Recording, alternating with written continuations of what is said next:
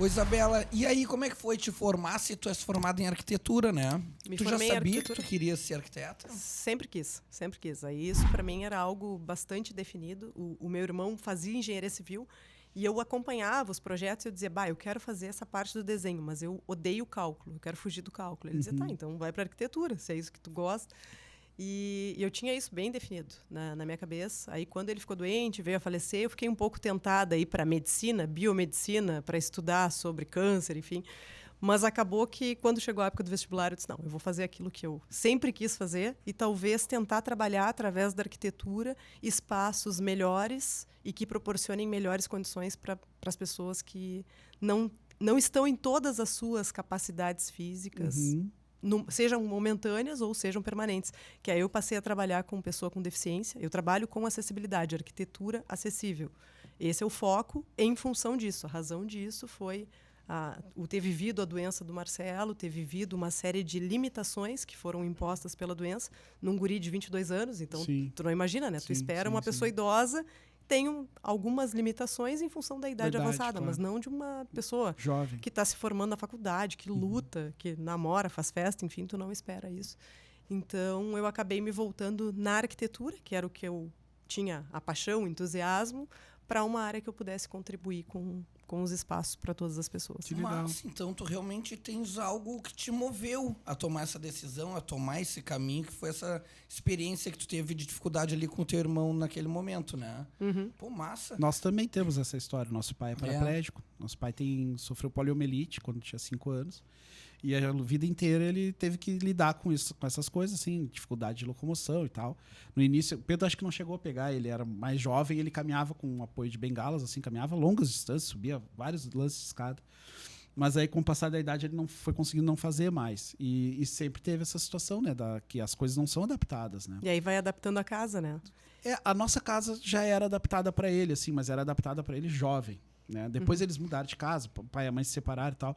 Então a nossa casa era um pouco estranha para quem não... O banheiro era diferente, assim, e tal.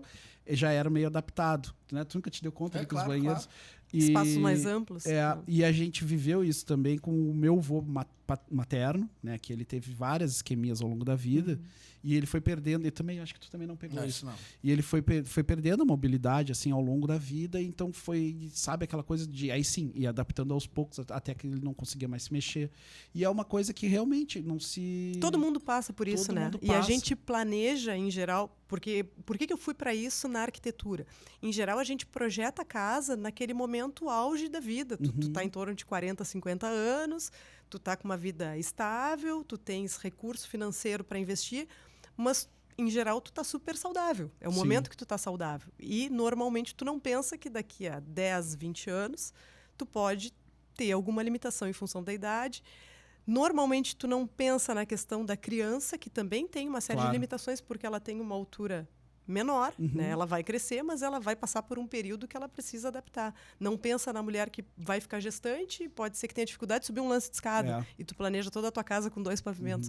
Então, essas questões pequenas, assim, que tu pode, através de um projeto, deixar uma casa agradável, né, para tu viveres, ou tu pode torná-la mais um obstáculo na vida das pessoas.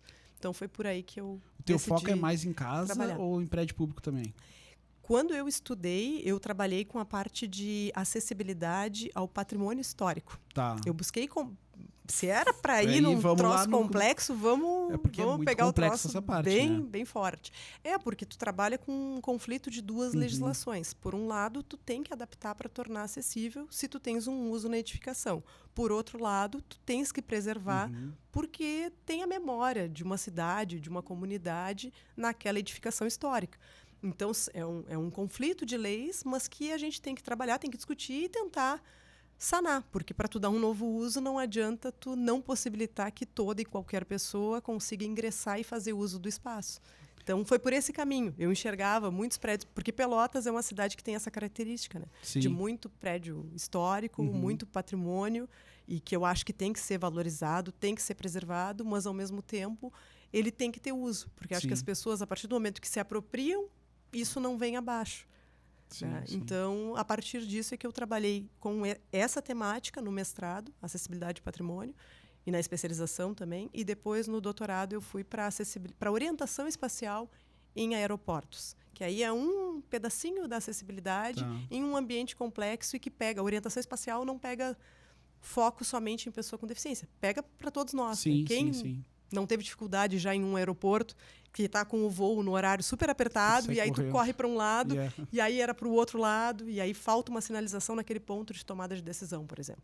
Então, por isso que eu fui para esse estudo, como a gente tenta amenizar essa interessante. Essa questão do aeroporto é muito interessante, mas a questão do prédio público, segunda-feira a gente entrevistou eu e a André entrevistamos a Bia Araújo, e as coisas estão se repetindo. Na quinta-feira a gente tinha entrevistado o Vitor, né?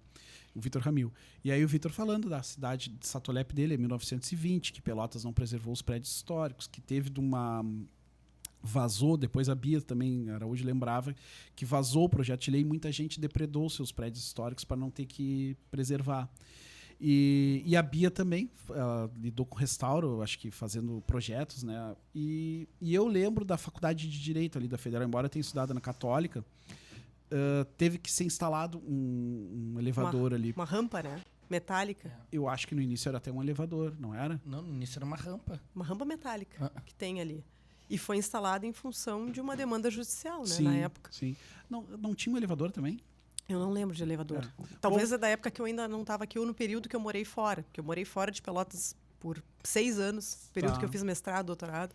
Eu acabei morando fora. E ali tinha essa discussão, né? Que a fachada é tombada, né? Aí tu irias alterar a fachada, mas... Então, acho que a reitora não, era a diretora, né? Se negava a fazer e aí teve essa demanda judicial.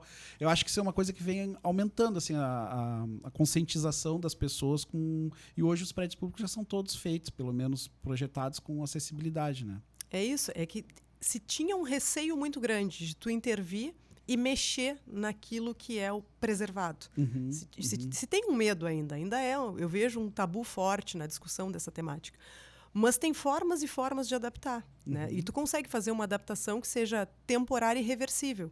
E isso não agride a edificação de uma forma permanente. É algo que tu pode tirar. Né? Se é uma intervenção removível, tu pode tirar e não fica em definitivo. Então, por isso que tu fala da rampa metálica. Então, a rampa metálica é algo que tu coloca ali, mas se tu tirar, tu não mexeu em nada na estrutura do prédio. Tem situações que tu tem que mexer no prédio, de fato, aí tu tem que ver até que ponto isso não vai agredir de forma a trazer mais danos do que vantagens.